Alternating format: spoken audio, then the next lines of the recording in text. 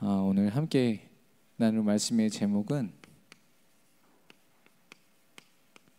삼손의 일생입니다. 지난 주일에 우리가 야곱의 일생에 대해서 함께 나눴죠. 근데 이 야곱만큼 또 그 인생에서 하나님이 주신 그런 중요한 시간표와 또 언약을 각인시키는 그런 사건을 겪었던 사람이 바로 이 삼손이더라고요. 그래서 오늘 같이 말씀으로 나누려고 합니다. 힌트를 드리면 히브리서 11장 이 32절에 보니까 이 히브리서 기자가 이야기하고 있습니다. 삼손과 그 및 하나님의 그 믿음의 선조들이 하신 그 일들을 다 말하려면 시간이 없다. 그들에게 하신 하나님의 역사를 말하려면 시간이 없다라고 얘기합니다. 보통 우리가 삼손이라고 말을 하면 좀 힘이 굉장히 세지만 뭔가 실패한 사람 이렇게 많이 기억을 하고 있거든요. 오늘 언약 안에서 그런 기준이 또 우리의 생각들이 깨어지는 그런 시간 되기를 바랍니다.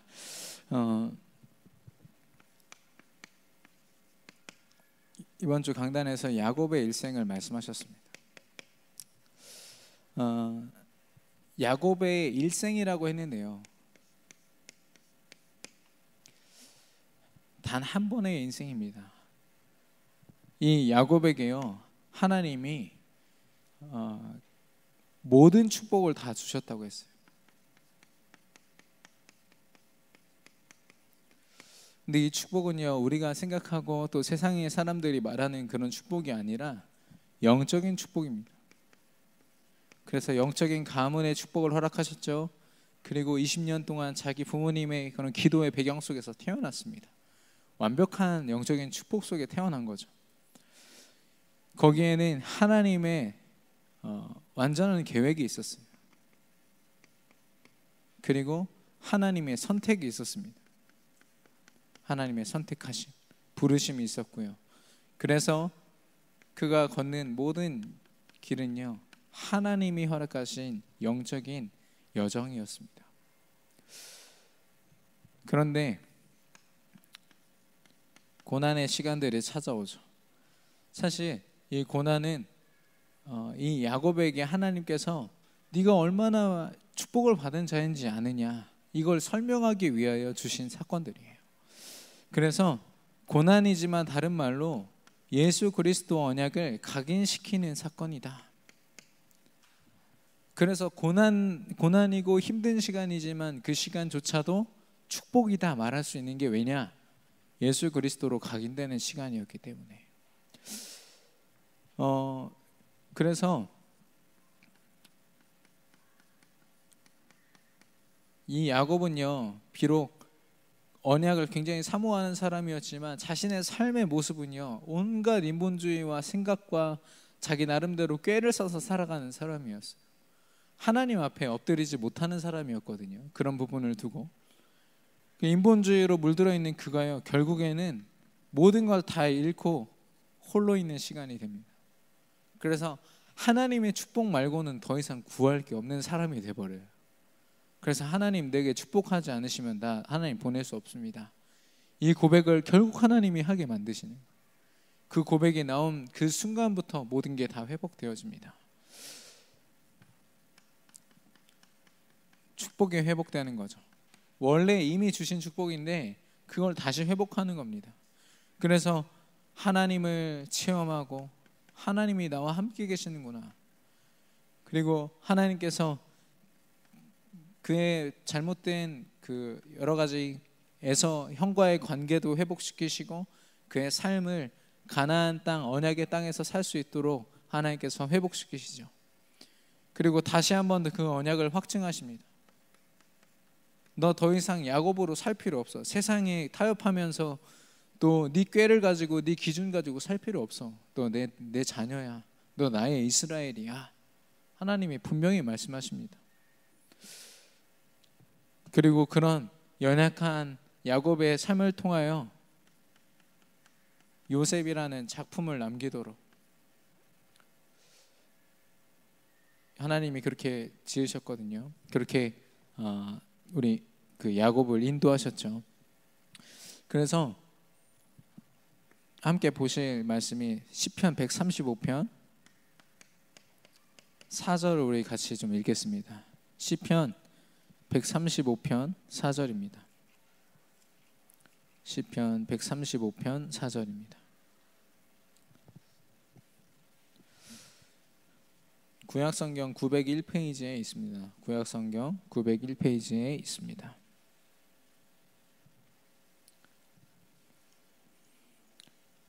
구약성경 901페이지 시편 135편 4절 우리 같이 읽겠습니다. 시작.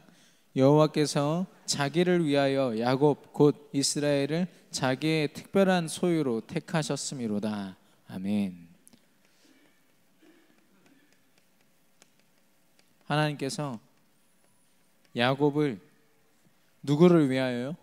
자기를 위하여. 하나님은요, 하나님을 위하여 일을 하십니다. 그래서 우리가 어떤 모습으로 살든 하나님이 원하시는 것, 하나님이 하나님의 일을 하시는 그것을 우리가 따라갈 때 하나님이 역사하시는 거죠. 특별한 소유로 두셨다는 것은 하나님의 일을 감당하는, 세상이 할 수 없는 일을 하는 자로 우리를 부르셨다는 겁니다. 그만큼 우리가 우리 삶 속에서 주어지는 많은 불신앙과 고난과 이런 시간들이 있습니다.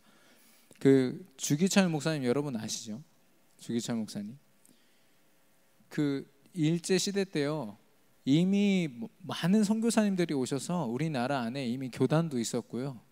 교단도 있었고 많은 목사님들도 계셨습니다. 종교 지도자들이 있었는데 하나같이 다 예수님을 다 부인하는 거예요. 왜냐? 당장 총을 머리에 겨누고 너 예수님 부인하면 내가 살려줄게 하는데 어떻게 누가 부인 안 하겠습니까? 여기 우리 성도님들은 다 그 자리에서 순교하실 줄 믿습니다. 아멘. 웃으시면 안 됩니다. 이럴 때 웃으시면 안 돼요. 이렇게 아닌 것처럼 이렇게 딱 표정 지키고 계셔야죠. 근데 결국에는 다 배신하고 떠나고 이 주기철 목사님과 그 교회만 남습니다. 교회만 남아서 끝내 이 복음을 지키는 거예요. 예수 그리스도를. 그 주기철 목사님 일대기를 여러분 보시면 많은 고문을 당합니다. 5번 옥에 갇히시거든요. 그래서 막 한 번 들어왔다 나올 때마다 거의 죽기 직전에 나오세요. 예. 왜냐하면 중요한 그 한 지역의 지도자를 일본 군인들이 죽였다고 그러면 이제 크게 반감을 살까봐 죽이지는 않고 거의 죽기 직전에 또 내보냈다가 또 불러들여서 고문하고 그렇게 5차례를 해서 5번째는 결국엔 순교하시거든요. 근데 그 중에 제가 진짜 마음이 아팠던 그런 그 고문이 뭐였냐면은 나무 그 판지에다가요, 나무 이렇게 판에다가 거꾸로 못을 다 박아놔요. 그 못이 막 튀어나와 있는데 거기를 한 2, 3m밖에 안 되지만 걸어갔다 오라고 그래요. 그 위를 걸어갔다 오라고. 어떻게 되겠습니까? 못이 발등 위로 튀어 올라오죠. 뚫고 올라오지 않겠습니까? 근데 중요한 거는 그걸 빼가지고 그 앞에 있는 못을 또 밟아야 돼요. 세상에. 그렇게 해서 한번 갔다 오면은 걸을 수 없는 사람이 돼버립니다. 근데도 그 와중에도요, 끝내 예수님을 부인하지 않아요. 예수님만이 나의 주인이시다. 뭐라고 말하냐? 일사가고. 내가 한 번 죽고 한 번 살고 한 번 죽는데 내가 하나님을 내가 왜 부인해야 되냐? 내가 단 하루를 살아도 예수가 그리스도 되심을 증거하면서 살겠다. 이 고백을 한 거죠. 비록 그 젊은 나이에 감옥에서 순교하셨지만 지금 일제시대 때 이 믿음을 지켰던 단 한 사람을 떠올리려면 주기철 목사님밖에 떠오르지를 않습니다. 하나님이 그 이름을 들어 쓰신 거 있죠. 우리 삶 속에도요, 많은 그런 고난이 있어요. 다른 사람들이 함부로 말할 수 없을 만큼 내게는 너무나도 힘든 시간들이 저와 여러분에게 있지 않습니까? 이 주기철 목사님이 지금 내 발등에 박혀있는 못을 빼서 그 앞에 있는 못을 또 밟아야 되는 것처럼 우리 삶 속에 주어지는 그런 가슴 아픈, 마음 아픈 그런 고통들이 많이 있습니다. 그때마다 믿음을 택한다는 건 참 쉽지가 않거든요. 근데 하나님이요, 믿음을 택할 때 모든 축복을 다 허락하신다 약속하셨습니다. 저와 여러분이 하나님 앞에서 하나님의 예수 그리스도를 통한 그 언약의 여정을 걷는 저와 여러분의 축복된 삶이 되기를 바랍니다. 아까 우리 김영주 집사님 기도해 주셨는데 평생 처음 기도하셨대요. 대표 기도를. 근데 저는 아주 지겹게 막 돌아다니면서 선거 활동하는 거 봤거든요. 쩌렁쩌렁 울리게 막 다른 다른 대표들을 막 비방하고 막 이런 것만 계속 듣다가 오늘 쩌렁쩌렁 울리는 소리로 기도를 들었더니 제가 이렇게 힘이 막 납니다. 너무 물론 하나님께 최고의 축복과 영광을 돌리지만 우리 집사님 너무 감사하고 처음 하시는지 몰랐습니다.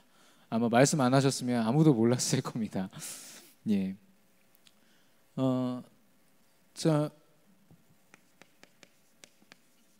그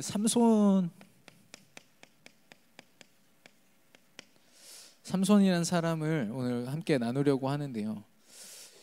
이 삼손이 우리가 힘이 셌다. 그리고 뭐 결국에는 여자한테 빠져가지고 힘이 없어졌고 결국에는 뭐 그렇게 해서 죽었다. 뭐 이 정도로 알고 계시잖아요. 좀 자세하게 한 사람을 하나님께서 모델로 세우실 때는요 분명한 그 안에 메시지가 있습니다. 그 인생이에요. 그걸 우리가 좀 깊이 살피는 오늘이 되기를 바랍니다. 이 삼손에게요 하나님께서 야곱처럼 그 배경과 하나님의 부르심을 허락하셨어요. 그러니까 이 삼손이라는 사람이 그냥 세워진 게 아닌 게요. 왜냐? 그 시대의 배경을 한번 보시면 사사시대였습니다. 사사가 뭐냐면 지도자를 이야기합니다. 뭐 우리나라 말로 굳이 바꾸자면 재판관 정도 돼요.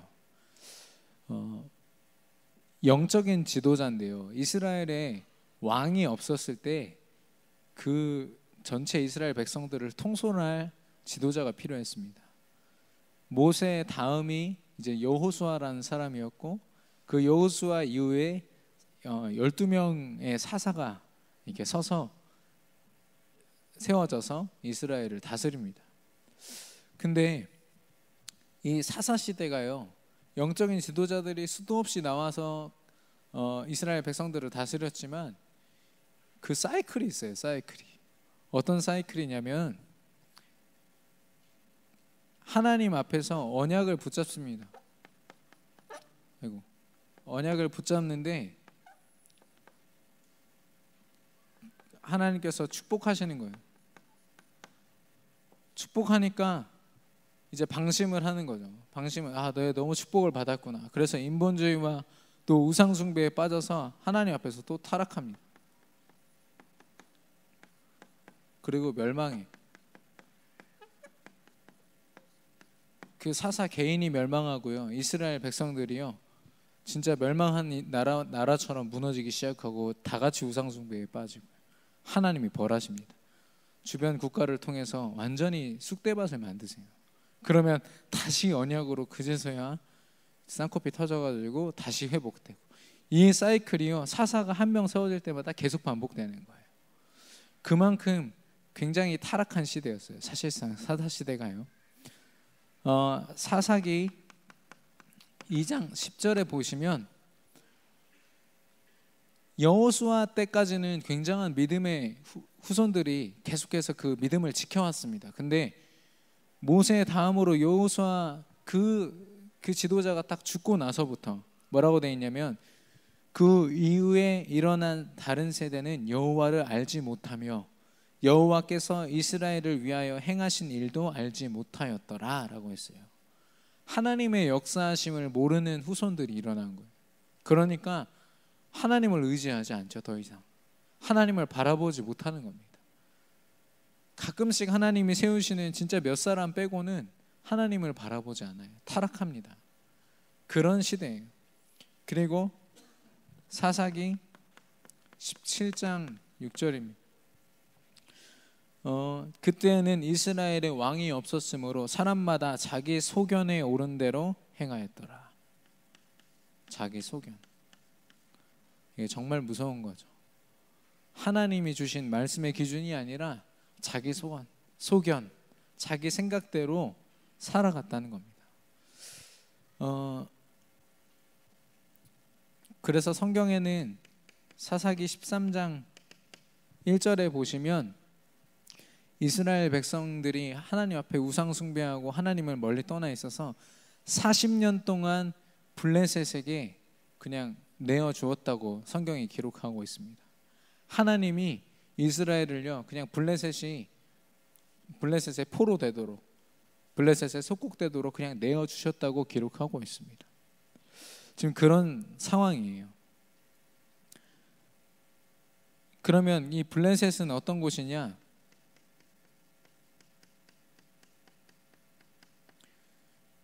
물론 하나님을 바라보지 않는 곳이죠. 이 이후에는 다윗 시대에 골리앗이라는 장군이 서지 않습니까? 다곤신을 섬기는 나라예요. 이 다곤신은 글쎄요 어떻게 생겼는지 제가 보지는 못했지만 표현하기로는 그 골리앗과 같다라고 했어요. 그 느낌이 굉장히 힘이 있고 굉장히 크고 뭔가 그런 걸 이 블레셋 사람들이 섬기는 거죠. 그런 우상 문화 가득한 나라가 이스라엘을 지배하고 있었어요. 그런 시대 배경입니다. 지금요. 그런 속에서 하나님이 이 삼손을 부르십니다. 출생을 보면요. 사실 많은 다른 사사들은 하나님 앞에 기도하면서 예를 들어서 전쟁을 해서 이기잖아요. 그럼 하나님이 그를 축복하시고 사사로 세우셨어요. 보통 사사들이 그렇게 세워졌는데 삼손만 하나님이 그 바노아라는 사람한테 가셔가지고 네 아들을 나시린으로 바쳐라. 내가 그를 이스라엘의 사사로 세울 것이다. 그러니까 태어나기도 전에 이미 하나님이 삼손을 향한 완전한 계획을 두셨어요. 그리고 나시린으로 드린다는 말은 머리를 자르지 않습니다. 머리카락을 자르지 않고 그리고 부정한 음식을 먹지 않고 술을 입에 대지 않고 시체를 멀리하는, 죽은 것을 멀리하는, 부정한 것을 멀리하는 그런 하나님 앞에 구별된 자로 하나님 부르시거든요. 나시린입니다. 나시린. 그래서 하나님이 원하시는 게 뭐냐면 이스라엘의 구원이에요. 이스라엘입니다. 이거 IS가 아닙니다. 예, 이스라엘의 구원입니다. 그래서 이렇게 우상숭배에서 블레셋에 빼앗겨 있던 그 모든 것을 되찾기 위하여 하나님이 이 삼손을 세우겠다, 나시린으로 쓰겠다 말씀하시는 거죠. 그래서 하나님이 이미 그 뱃속에서요 삼손을 구별하신 거예요. 특별한 소유라고 하지 않았습니까? 세상에 분명히 많은 사람들이 있지만 그 중에서도 다른 거예요. 많은 하나님 자녀들이라는 사람들이 있지만 그 중에서도 다른 거예요. 나를 향한 하나님의 계획이 특별한 겁니다. 그걸 저와 여러분이 발견하셔야 돼요. 그렇게 삼손이 자기 힘으로 사는 게 아니라 뭐라고 말씀하셨냐면 하나님의 영으로. 사도행전 1장 8절이 있지 않습니까? 성령이 임하시면 권능받고 땅끝까지 증인된다 말씀하셨습니다. 오직 성령이 우리에게 임하실 때에만 하나님이 원하시는 게 무엇인지를 알고 감당한다는 거죠. 삼손에게도요 하나님의 영이 임했다고 했습니다. 사무엘상 16장 13절 다윗에게도요 사무엘이 기름 뿔병을 갖다가 소년 다윗이에요. 이제 막 그 목동으로 양치고 있던 다윗을 불러가지고 앞에 무릎 꿇혀놓고 머리에 기름을 딱 붓는데, 그때 뭐라고 했습니까? 그날 이후로 다윗이 여호와의 영에게 크게 감동되니라 라고 했어요. 하나님의 역사하시는 방법입니다. 성령이 역사하셔야 돼요. 저와 여러분이 어떤 일을 시작한다, 어떤 특별한 일을 한다, 아니면 삶 속에서 중요한 일들을 감당한다, 우리가 물론 많은 것에 집중하고 우리가 힘을 들여야겠지만 가장 중요한 게 뭐냐? 내게 성령이 충만하게 임해야 돼요. 우리 렘넌트들도 그게 먼저 확인이 돼야 됩니다. 저는 특별히 우리 유학을 가는 렘넌트들한테는요, 이 언약이 각인되어 있지 않으면 너무나도 쉽게, 그 지난주에 캐나다 집회가 있지 않았습니까? 한 목사님의 그 말씀에서 뭐라고 했냐면, 캐나다 가니까 마리화나를 그냥 담배보다 더 쉽게 살 수 있대요. 마약을요. 그냥 길거리에서. 그리고 우리 교회에서 이제 같이 이렇게 파송받아서 가신 우리 허주 목사님도 인디안 사역을 하시거든요. 인디안이 거기 원래 토종 원주민들이잖아요. 이 백인들이요, 그 인디안들을 쫓아내려고 그들한테 마약이랑 이 진짜 안 좋은 것들을 다 허용해서 주는 거예요. 삶이 완전 다 무너졌습니다. 그 인디언 청소년들이요, 맨날 마약하고 담배, 술에 쪄들어 있고, 그러니까 자기들이 뭐 이렇게 펼칠 수가 없는 거예요. 그거를 백인들이 다 이용하고 자기 유익을 위해서. 그러니까 청소년들이 완전 다 무너져 있는 걸 말씀하시더라고요. 그러니까 그런 현장에 우리 렘넌트들이 아무것도 모르고 그냥 무방비로 가가지고 굉장한 선진 교육이다 그래가지고 가서 배운다니까요. 캐나다가 어떤 곳인지 아십니까? 거기야말로 진짜 동성애 천국입니다. 천국. 거기서는 목사님들이 성경 구절만 잘못 읽어도 바로 감옥 가요. 그런 곳이에요. 우리 특별히 저와 여러분이 먼저 하나님의 영으로 감동된 자가 되고, 또 우리 렘넌트들이 하나님의 영에 감동된 렘넌트들이 되지 아니하면 아무리 열심히 공부해서 세상을 향해서 성공을 외친다 해도 성공이 아닙니다. 뒤에서 보시면 아시겠지만 정말 하나님의 언약을 놓친 이 삼손이요, 얼마나 비참한 모습까지 나락으로 떨어지는지 이따가 확인하게 되실 거예요. 우리 렘넌트들이 결국 자기가 쟁취한 이 성공을 가지고 사단 심부름한다니까요. 왜 우리가 그렇게 둬야 됩니까?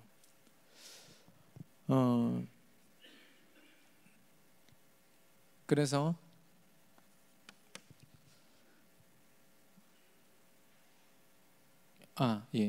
사사기 13장 24절에서 25절에 보시면 하나님의 영이 그를 움직이기 시작하셨다고 했어요. 그러니까 삼손이 자기 인생을 살지만, 어렸을 때부터 자기 인생을 살지만 하나님의 영이 그를 인도하신 겁니다. 그런 축복을 받았기에 하나님의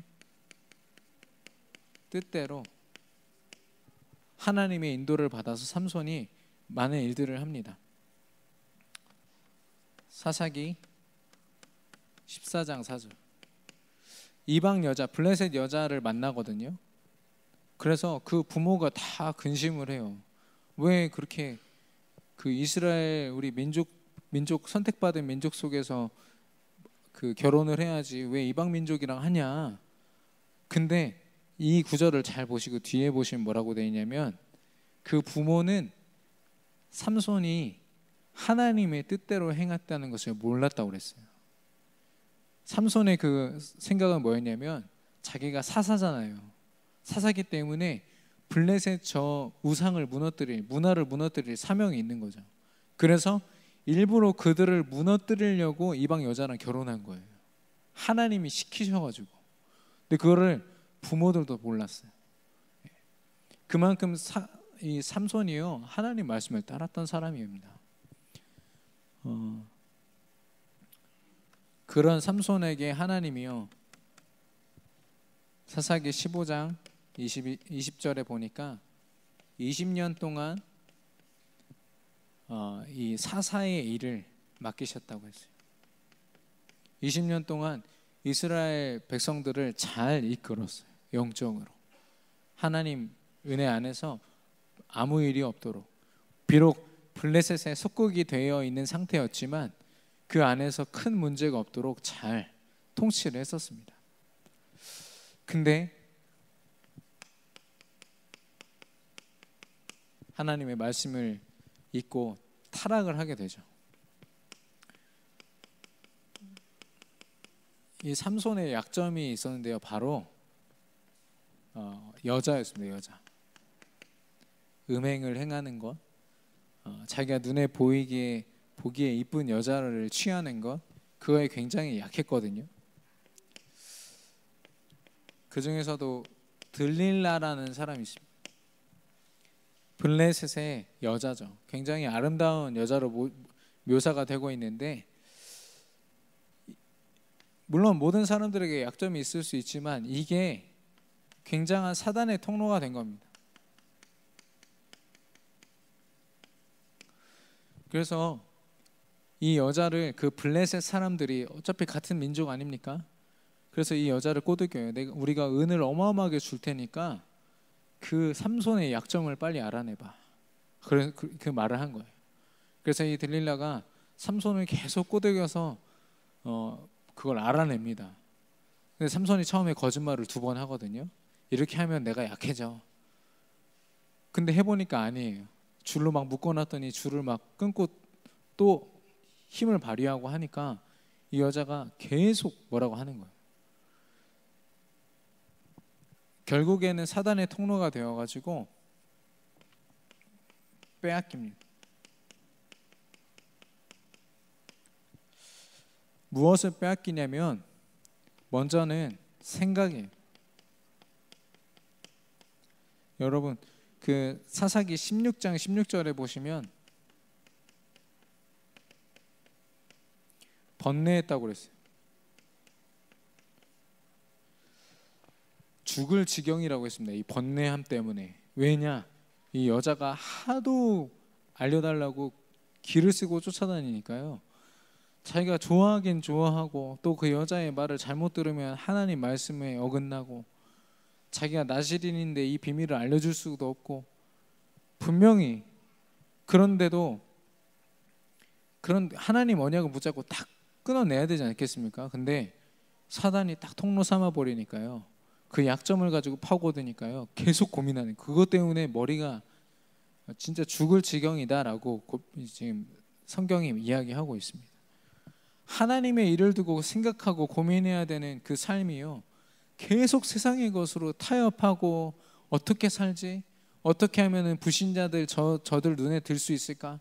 저 분위기에 내가 낄 수 있을까? 그걸 계속 고민하게 만드는 거예요. 사단이.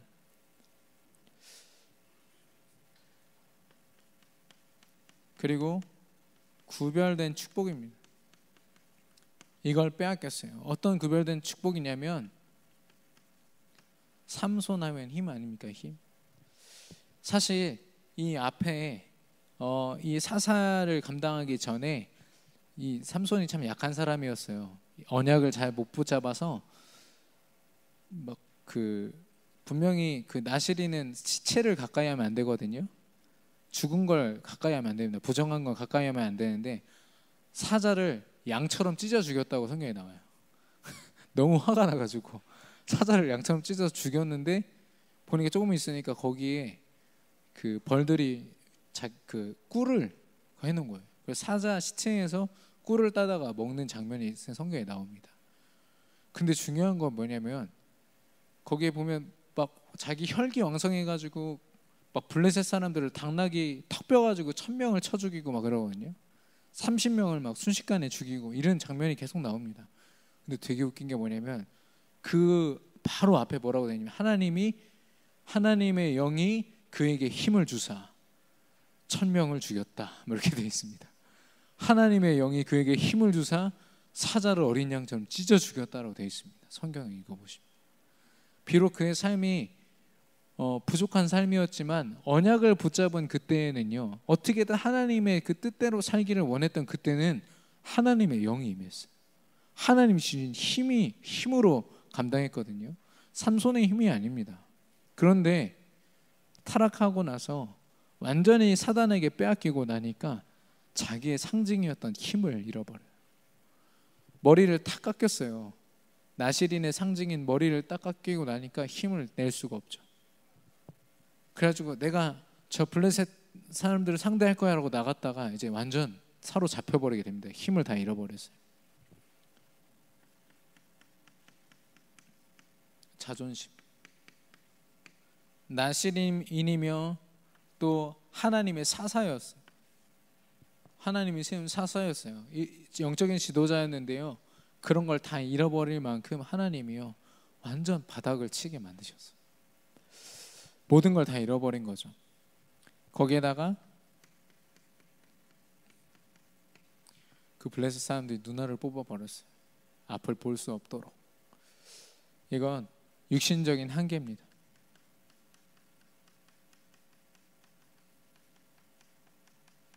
더 이상 소망을 가질 수 없도록 완전히 다 빼앗긴 거죠. 그래서 성경은 기록하고 있습니다. 하나님의 영이 떠났다고. 그러니까 이 머리를 깎인 삼손이 블레셋 사람들이랑 상대하려고 힘을 써보려고 하는데 성경이 뭐라고 했냐? 삼손은 이미 하나님의 영이 떠난 것을 알지 못했더라 라고 하고 있어요. 더 이상 힘을 주시는 하나님이 계시지 않아요. 하나님은 함께 하시지만 하나님이 역사하시지 않은 인생이 된 거예요. 그러니까 힘을 쓸 수 없죠. 그래서 사로잡혀서 눈알이 뽑히고 이제 쇠사슬에 묶인 처지가 된 거죠. 그래서 그 뒤에 보시면은 어디로 끌려가냐? 이스라엘의 지도자를 잡았으니까 어디로 데려가겠습니까? 우상 앞으로, 그 다곤 신전으로 이 삼손을 데리고 가요. 그래서 거기다가 묶어 놓습니다. 거기에 있는 이렇게 맷돌을 돌리게 만들어요. 그건 보통 소나 가축들이 돌리지 않습니까? 그걸 삼손한테 돌리게 만들고, 그리고 어떻게 보면은 전리품이죠. 이스라엘을 상대한 전리품이니까 거기다 이렇게 묶어 놓은 겁니다. 기둥에다가요. 그리고 삼손한테 그래요. 제주를 부리라고.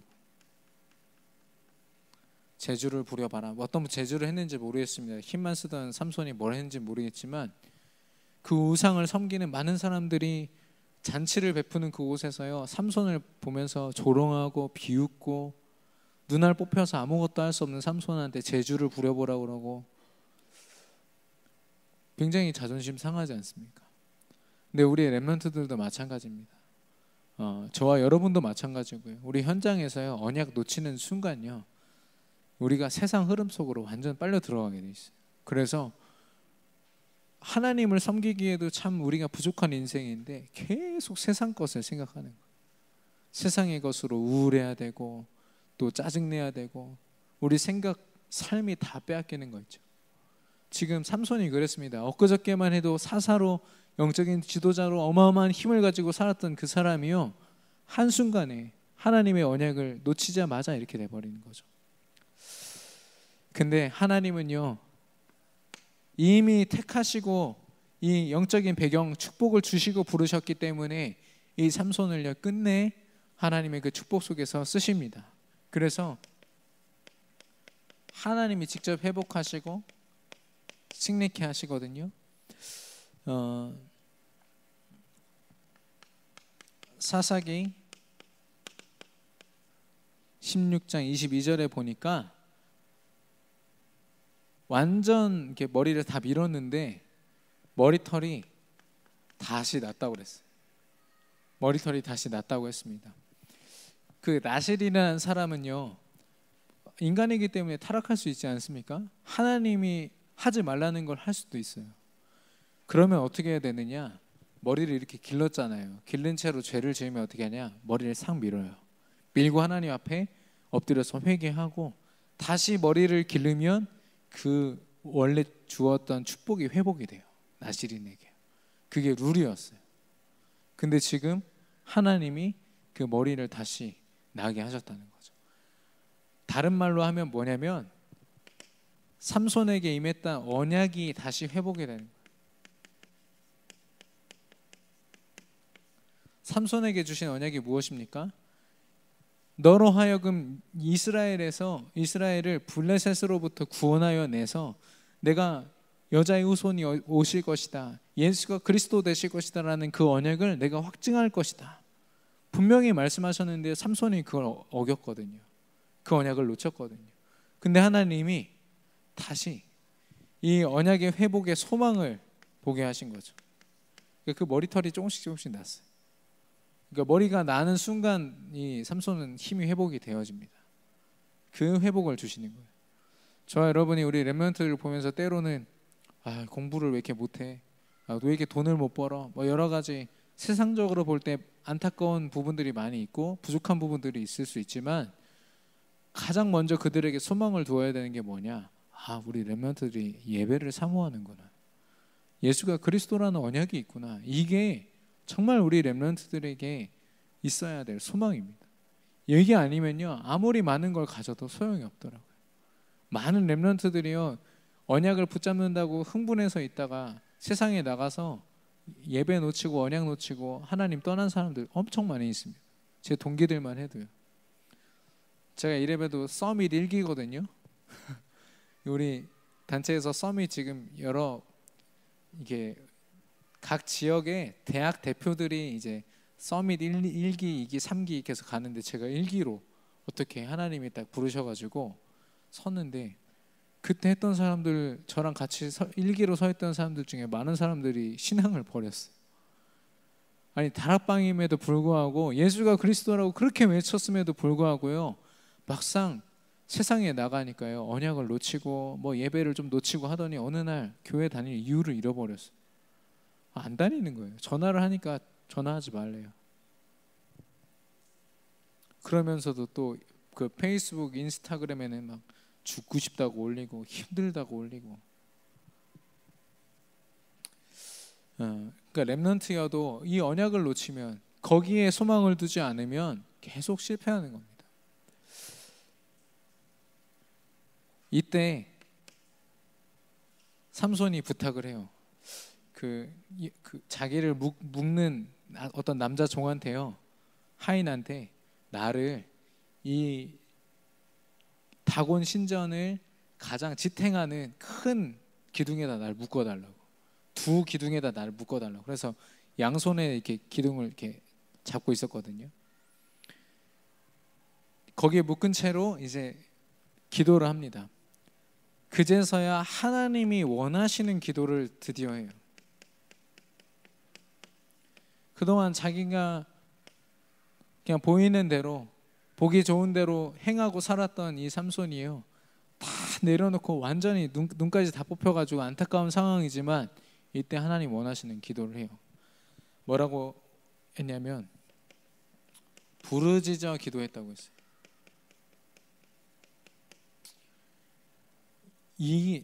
이때는 자기 힘과 자존심, 그냥 어떤 육신적인 그런 자존심이 아니라요, 영적인 자존심.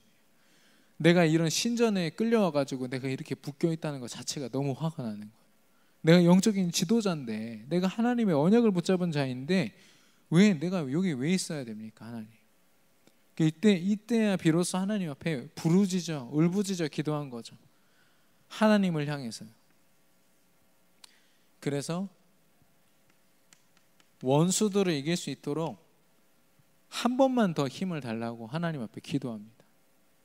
그래가지고 하나님이 그 시간에 힘을 주시죠.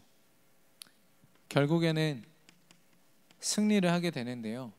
그 다곤 신전에 그날 3,000명, 그 블레셋의 이 삼손을 구경하기 위해서 많은 그 이단 종교 지도자들과 그 나라의 각 관료 대신들이 다 모였어요.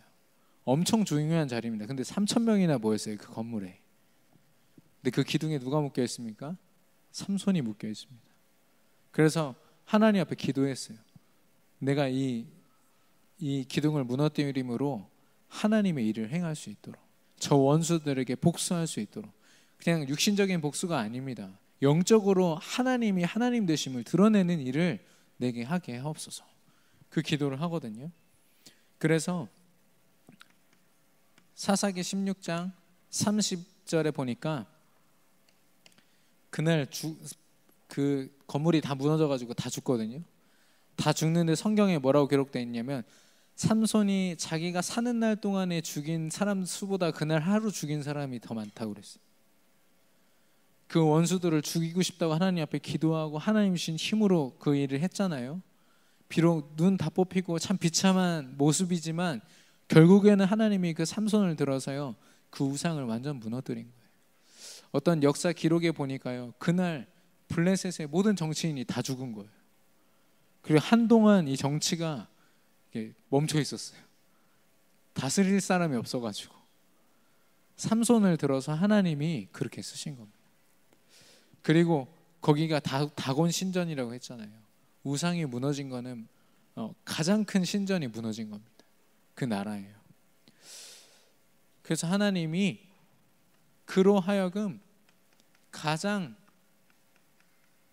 큰 헌신을 하게 만드셨어요. 비록 삼손도 그 기둥에 깔려서 결국엔 같이 죽습니다. 죽지만 죽으면서까지 결국에는 하나님이 원하시는 일을 할 수 있도록 하나님이 힘을 주신 거 있죠. 그래서 결국에는 오늘 우리가 같이 읽은 히브리서 11장 32절, 히브리서 11장 하면 믿음의 인물들만 이렇게 나열해 놓은 구절이 그 성경이거든요. 그 가운데 기록됐어요. 삼손이 한 일을 말하자면 시간이 없다라고 말할 만큼 하나님이 그 삼손을 믿음의 선조로, 믿음의 선배로 하나님이 딱 모델로 세우신 겁니다. 이 삼손을 보면서 이 야곱이랑 얼마나 이렇게 같이 겹쳐지는 게 많던지요. 비록 하나님의 말씀을 떠나서 잠시 동안 하나님 앞에 타락하고 하나님이 주신 사명을 잃어버렸었지만 결국엔 하나님을 찾고 언약을 회복함으로 하나님의 일을 결국엔 감당하고 승리했습니다. 결론입니다.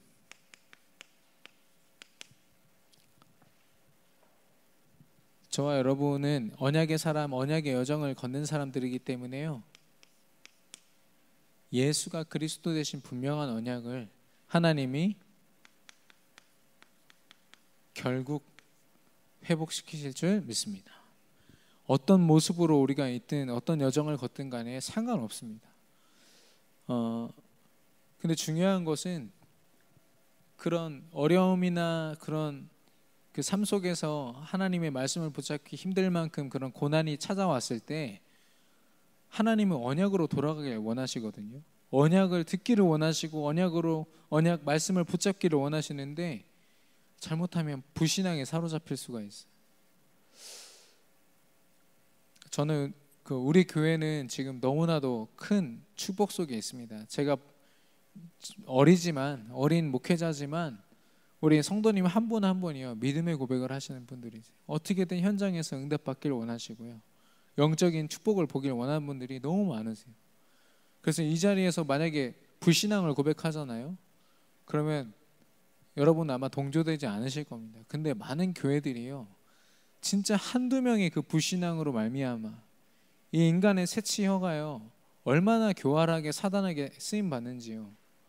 그 불신앙의 말을 들은 사람들이 사람들한테 실망하고 누구한테 실망하고 기분 나빠가지고 교회를 떠나고, 그런 모습이 저는 심심치 않게 우리 동료 전도사님들한테 듣게 되거든요. 도대체 왜 말씀을 따라가지 않고 그런 사람들의 소리에 귀 기울일 뿐만 아니라 왜 그런 말들을 하고 다니는지. 만약에 저는 우리 목사님이 그러세요.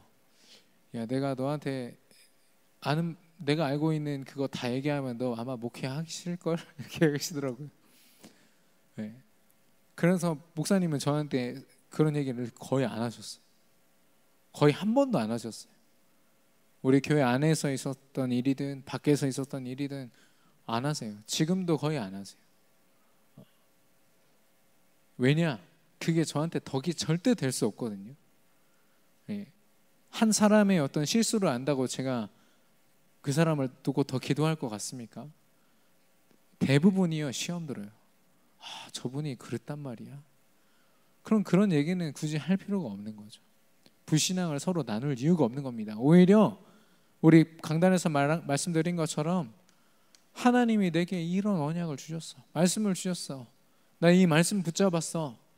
그리고 그 말씀대로 내 삶 속에 성취하셨어. 이게 우리 포럼입니다. 어딜 가도 이게 포럼 돼야 되는 거 있죠.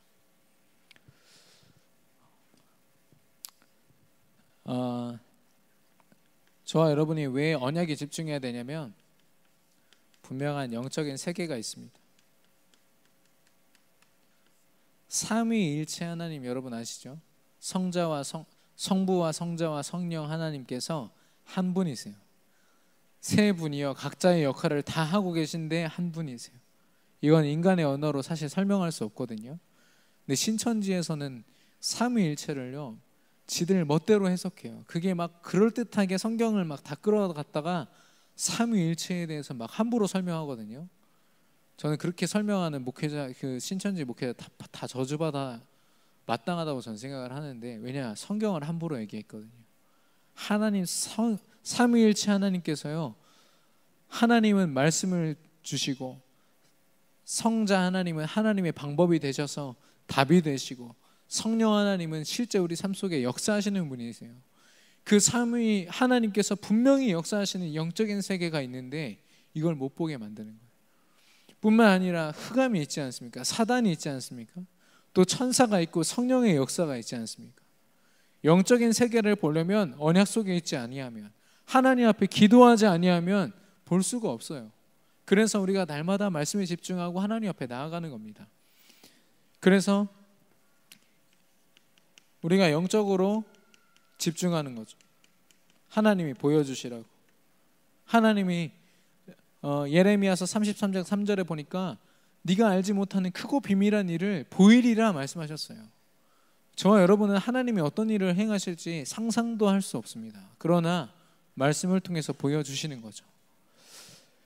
그래서 결국에는 우리가 볼 응답은요, 육신적으로 뭔가 주어지는 응답이 아니라 영적인 응답입니다. 응답 중에 응답은 하나님이 지금 나와 함께 하시는 것, 예수가 그리스도 되신 언약으로 하나님이 내 삶 속에서 그 언약을 각인시키시고 그 언약을 성취해 가시는 것, 그리고 성령이 역사하셔서 내 기준이 아니라 하나님이 원하시는 것을 하게 되는 것, 그게 정말 우리가 감당해야 될 축복이 아니겠습니까?